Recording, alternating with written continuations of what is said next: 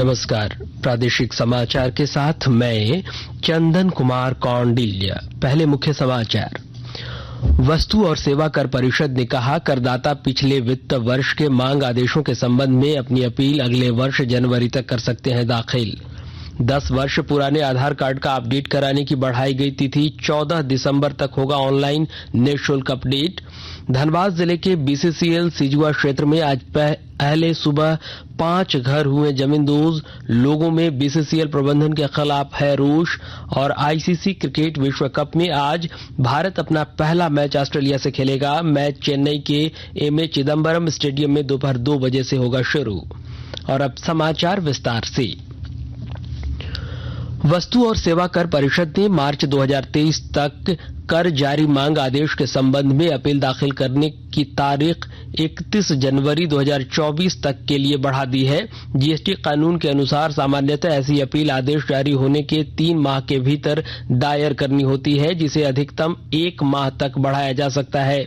कल 52वीं जीएसटी परिषद की बैठक में जीएसटी पंजीकृत कारोबारों को मौजूदा 10% के स्थान पर 12.5% की कर मांग के विरुद्ध याचिका दायर करने के लिए अतिरिक्त समय देने का निर्णय भी लिया गया। 10 वर्ष पुराने आधार कार्ड का अपडेट कराना जरूरी हो गया है। इसके तहत 14 दिसंबर तक ऑनलाइन निःशुल्क अपडेट कराने की तिथि बढ़ा दी गई है। इसके पूर्व आधार कार्ड को फ्री में अपडेट कराने के लिए 14 जून 2023 की तारीख निर्धारित की गई थी, लेकिन इससे पहले ही 3 महीने के लिए 14 सितंबर तक के लिए डेट बढ़ा दिया गया। अब एक बार फिर से यूआईडीएआई ने इस सुविधा को 14 दिसंबर 2023 के लिए बढ़ाने का ऐलान किया है। इस क्रम में नया आधार रजिस्ट्रेशन, पुराने कार्ड को अपडेट कराने की सुविधा मिलेगी। मुख्यमंत्री हेमंत सोरेन कल सारठ प्रखंड के सिकटिया में मेगा लिफ्ट सिंचाई परियोजना का शिलान्यास करेंगे। 484.35 करोड़ रुपए के निर्माण लागत की इस योजना की तैयारी कर ली गई है। इस योजना के माध्यम से देवघर और जामताड़ा जिले के सारठ, करो, विद्यासागर और जामताड़ा प्रखंड में अधिक ऊंचाई वाली भूमि में सिंचाई की सुविधा उपलब्ध कराई जाएगी। इससे देवघर और जामताड़ा जिले के 27 पंचायतों के 1 लाख किसानों को लाभ मिलेगा। इसके तहत 13,164 हेक्टेयर भूमि को सिंचित करने की योजना है। योजना को अगले 3 वर्षों में पूरा करने का लक्ष्य निर्धारित किया गया है। इधर मुख्यमंत्री पशुधन विकास योजना को लेकर लाभुकों के चयन और उन्हें अंशदान के भुगतान का निर्देश राज्य सरकार ने सभी जिला उपायुक्तों को दे दिया है। मालूम हो कि आपकी योजना आपकी सरकार आपके द्वार कार्यक्रम के दौरान इस योजना के अंतर्गत बड़ी संख्या में लाभुकों के आवेदन लंबित पाए गए थे। इसके बाद मुख्य सचिव ने सभी जिलों के उपायुक्तों को पत्र लिखकर लाभुकों के चयन में तेजी लाने का निर्देश दिया है। राज्य सरकार ग्रामीण पशुपालकों की आर्थिक स्थिति में सुधार करने, नवयुवकों को आत्मनिर्भर बनाने और पलायन रोकने के लिए मुख्यमंत्री पशुधन विकास योजना चला रही है। राज्य में शनिवार को डेंगू के 363 संदिग्ध मरीज मिले हैं। इनमें 54 मरीजों में डेंगू की पुष्टि हुई है। सबसे अधिक गिरिडीह जिले में डेंगू के 34 मरीज, पूर्वी सिंहभूम में 17 और पश्चिमी सिंहभूम में 3 मरीज मिले हैं। वहीं राज्य में चिकनगुनिया के 45 संदिग्ध मामले मिले हैं। हालांकि जांच के बाद किसी भी मरीज में चिकनगुनिया की पुष्टि नहीं हुई है। सिक्किम में बादल फटने और मूसलाधार बारिश से आई प्राकृतिक आपदा के दौरान गोड्डा जिले के कुछ मजदूरों के लापता होने और अन्य के फंसे होने की सूचना प्राप्त हुई है। इस संबंध में जिला प्रशासन के निर्देश पर संजय आनंद, श्रम अधीक्षक गोड्डा के द्वारा राज्य प्रवासी नियंत्रण कक्ष रांची से दूरभाष पर वार्ता करके गोड्डा जिले के लापता या फंसे मजदूरों के संबंध में जानकारी ली गई। मध्य राज्य प्रवासी नियंत्रण कक्ष लगातार सिक्किम के आपदा प्रभावित क्षेत्रों के स्थानीय प्रशासन के संपर्क में है।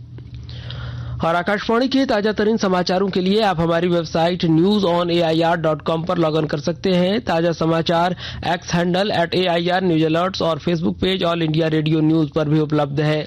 आप प्रादेशिक समाचार एकांश के एक्स हैंडल @AIR न्यूज _ और फेसबुक, इंस्टाग्राम पेज और YouTube channel AIR news Ranchi पर भी हमारे बुलेटिन सुन सकते हैं।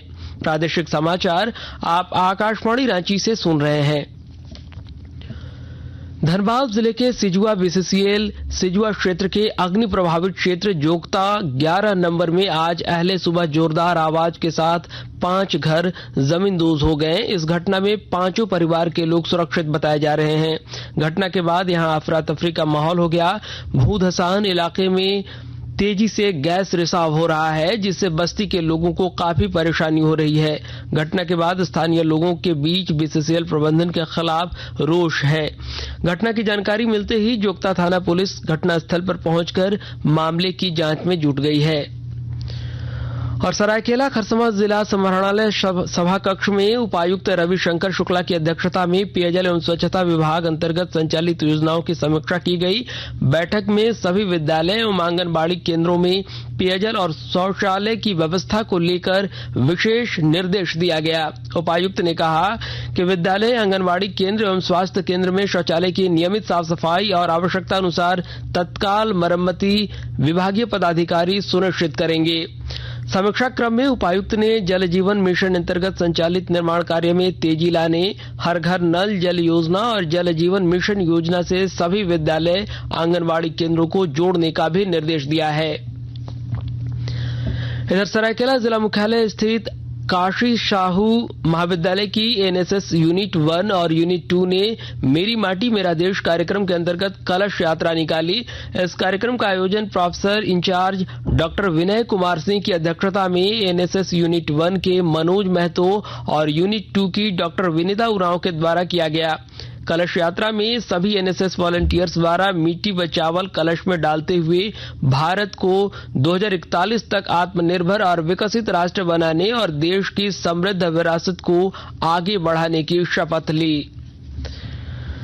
लगभग 2 दशक से नक्सल समस्या से जूझ रहे पश्चिमी सिंहभूम जिले में अब इको टूरिज्म को बढ़ावा दिया जा रहा है। विस्तृत ब्यौरा दे रहे हैं हमारे संवाददाता। लगभग 2 दशक से नक्सल समस्या से जूझ रहे पश्चिमी सिंहभूम जिले में अब इको टूरिज्म को बढ़ावा दिया जा रहा है। जिले में अवस्थित एशिया के सबसे घने वनों में से एक सारंडा के किरीबुरु में इको टूरिज्म स्थल विकसित किया जाएगा। इसके लिए वन मंत्रालय से अनापत्ति प्राप्त हो चुकी है। क्षेत्र को पर्यटन के लिहाज से विकसित करने के लिए खनन विभाग, वन विभाग एवं पर्यटन विभाग के बीच समन्वय स्थापित कर योजना तैयार करने का निर्देश दिया गया है। इस इलाके में वनों को नुकसान पहुंचाए बगैर अधोसंरचनाएं तैयार की जानी हैं, जिसमें वन्य प्राणियों के प्राकृतिक वास के संरक्षण का भी ध्यान रखा जाना है। दिलीप बैनर्जी, आकाशवाणी समाचार, चाईबासा। देवघर एम्स के वित्तीय लेखा जोखा की ऑनलाइन समीक्षा की गई। इसमें एम्स के प्रेसिडेंट एनके अरोड़ा, एम्स के निदेशक डॉक्टर सौरभ वार्ष्णेय, सांसद निशिकांत दुबे सहित अन्य सदस्य शामिल थे। बैठक में निर्णय लिया गया कि देवघर एम्स में आउटसोर्सिंग कंपनियों की ओर से जितनी भी नियुक्तियां होंगी उनमें 80% स्थानीय युवाओं को तृतीय व चतुर्थ वर्ग की नौकरियों में प्राथमिकता दी जाएगी। बैठक में देवघर एम्स की इमरजेंसी सेवा 24 घंटे चालू करने का भी फैसला किया गया। और आईसीसी क्रिकेट विश्व कप में आज भारत अपना पहला मैच ऑस्ट्रेलिया से खेलेगा। ये मैच चेन्नई के एमए चिदम्बरम स्टेडियम में दोपहर बाद 2 बजे से खेला जाएगा। प्रतियोगिता में कल नई दिल्ली में खेले गए मैच में दक्षिण अफ्रीका ने श्रीलंका को 102 रन से हरा दिया। वहीं दक्षिण अफ्रीका ने पहले बल्लेबाजी करते हुए निर्धारित 50 ओवर में 5 विकेट पर 428 रन बनाए, जो विश्व कप में किसी भी टीम का सर्वाधिक स्कोर है। जवाब में श्रीलंका की टीम 45वें ओवर में 326 रन पर सिमट गई। कल एक अन्य मुकाबले में धर्मशाला में बांग्लादेश ने अफगानिस्तान को 6 विकेट से हरा दिया है। इधर चीन के हांगझाऊ में आयोजित हुए एशियाई खेलों में भारत 28 स्वर्ण, 38 रजत और 41 कांस्य सहित कुल 107 पदक जीतकर चौथे स्थान पर रहा। भारत ने वर्ष 2018 में जकार्ता में बनाए गए अपने पिछले सर्वश्रेष्ठ प्रदर्शन को 37 पदकों से पीछे छोड़ दिया है। भारत ने कल 14वें दिन 6 स्वर्ण, 4 रजत और 2 कांस्य पदक सहित कुल 12 पदक हासिल किए। और अंत में मुख्य समाचार एक बार फिर। वस्तु और सेवा कर परिषद ने कहा, करदाता पिछले वित्त वर्ष के मांग आदेशों के संबंध में अपनी अपील अगले वर्ष जनवरी तक कर सकते हैं दाखिल। 10 वर्ष पुराने आधार कार्ड को अपडेट कराने की बढ़ाई गई तिथि 14 दिसंबर तक होगा ऑनलाइन निःशुल्क अपडेट। धनबाद जिले के बीसीसीएल सिजुआ क्षेत्र में आज अहले सुबह 5 घर हुए जमींदोज। लोगों में बीसीसीएल प्रबंधन के खिलाफ है रोष। और आईसीसी क्रिकेट विश्व कप पहला मैच ऑस्ट्रेलिया से खेलेगा। मैच चेन्नई के एमए चिदम्बरम स्टेडियम में दोपहर 2 बजे से होगा शुरू। इसके साथ ही आकाशवाणी रांची से प्रादेशिक समाचार का ये बुलेटिन समाप्त हुआ। नमस्कार।